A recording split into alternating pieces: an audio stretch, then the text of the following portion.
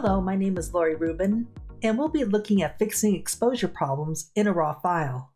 Fixing images that are underexposed, too dark, or overexposed, too light, or both can be a real challenge. In this video, we will be looking at two different images with two different exposure issues. One will be processed on a Mac with Luminar, fixing exposure on an image that is overall too dark.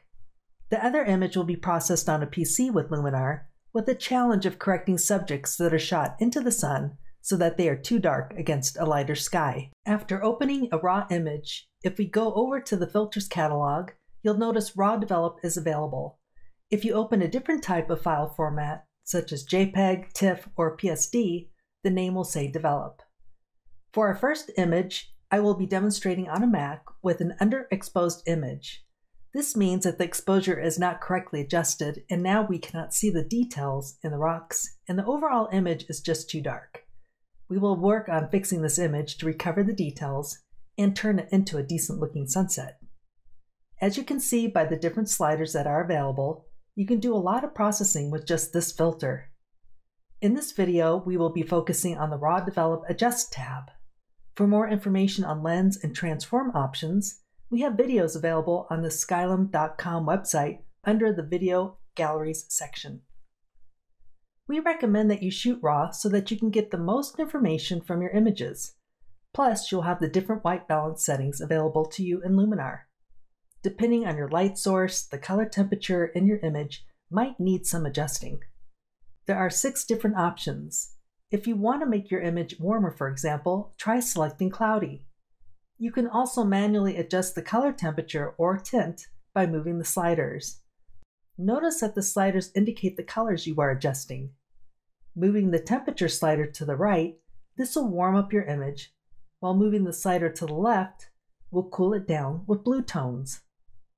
Reset the temperature slider by double-clicking on it. There is even an eyedropper tool that you can hover over your image until you find a neutral gray, and then just click on it. Here's a tip. At any time, you can reset all of your changes by clicking on the Reset icon under the Clarity slider, so feel free to experiment and play around until you get the results that you're looking for. Since this image is too dark overall, I want to make some adjustments so that the entire image is brighter. You can choose the exposure slider and move it to the right. Notice the sky gets blown out and it's just too bright. If I move the slider to the left, everything gets too dark. So there's another way to fix this image with the Raw Develop filter. Let's look at this section and start out by selectively adjusting for the highlights and shadows. Since this image is so dark, I don't need to bring my highlights down. But if you have an image that is very bright, you'll want to move the highlight slider to the left so that you can retain some of the detail in the lighter areas of your image. We do, however, want to bring up the details in the shadows, so simply move the shadow slider all the way to the right. Next, we'll look at the whites and blacks slider. What we want to do with these sliders is to adjust the brightest whites and the darkest blacks in the image so that we don't lose detail in our image. There are a couple ways of turning on the clipping warnings, which will show you when you've gone too far. In the histogram panel, click on the left triangle and then move your black slider all the way to the left. The blue areas show the darkest black areas where you will lose the detail. Bring the black slider to the right so that only a little bit of the blue is showing. Now, click on the right triangle and move your highlight slider all the way to the right. I like to set the white so that the red just disappears, so if I went to print this image, the whites would have some tone in them, instead of having the white of the paper showing through. Another way to see the clipping is to hold down the Option key for the Mac or Alt key for PC, and then move either the white slider or the black sliders. Notice that when the screen will turn white or black, instead of showing you the actual image when you use the triangles in the histogram panel. Don't forget to take a look at before and after so you can see the changes from your original image. Hold down the visibility icon to see before, and let go to see after. Or you can choose the Compare button, which will show you a split screen of before and after. After you have made your adjustments in the Raw Develop filter, now is the time to add additional filters if you'd like to further enhance your image. How about bringing out some colors in the sunset? Choose Add Filters, and then let's use the Brilliance Warmth filter to add richness to the colors with the Vividness slider. And then we can warm up the sunset by moving the Warmth slider to the right. One of the reasons why we started out with the Raw Develop filter is that if the image was too bright, the color would get washed out.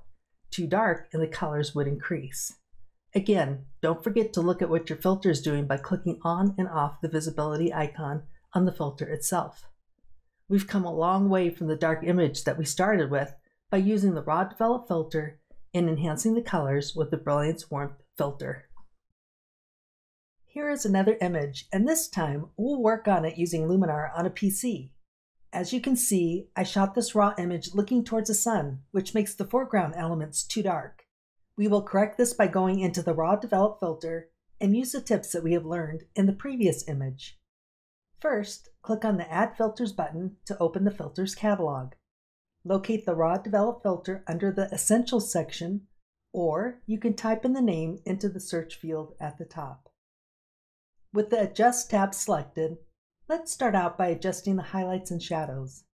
Again, we will skip the exposure slider for this image since it will either blow out the highlights or crush the blacks. I want to retain as much detail in my clouds as possible, so moving the highlight slider to the left will fix this. To bring out all the details in the dark areas, I'll move the shadow slider to the right. It's starting to look much better, but we are going to adjust the whites and blacks to make sure we get the best tonal range in this image. Click both the triangles this time in the histogram so that we can see any clipping. Move the white slider to the right until you see red appear. Now slowly move it to the left so that most, if not all, of the red disappears. With the black slider, move it to the left so the blue appears, and then slowly move it to the right so most of the blue disappears. You can add clarity to your image if you want to increase local contrast. But in this image, I'm going to use another filter to selectively pop the colors in the balloons. This time, let's choose the HSL filter.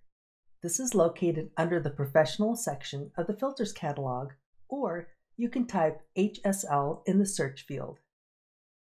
This is a great filter if you want to change the hue, saturation, or luminance of a specific color. I want to increase the brightness of the yellows and oranges of the balloon. To do this, simply choose the Luminance tab and move the orange and yellow sliders all the way to the right. Again, to check what the HSL filter has done, click the visibility icon in the HSL filter. Notice that some of the yellows have affected some of the other yellows in the image. If you want to affect just the yellow balloon, choose the masking brush. Make sure that the paint is selected, and in this case we want the full effect, so opacity is set to 100%. Start painting on the yellow balloon. Notice that now just our main balloon is lit up. We might even want to paint in some of the yellow in the other balloon. Now that you know how to use the Raw Develop filter, try it on your own images to bring back to life those over or underexposed images.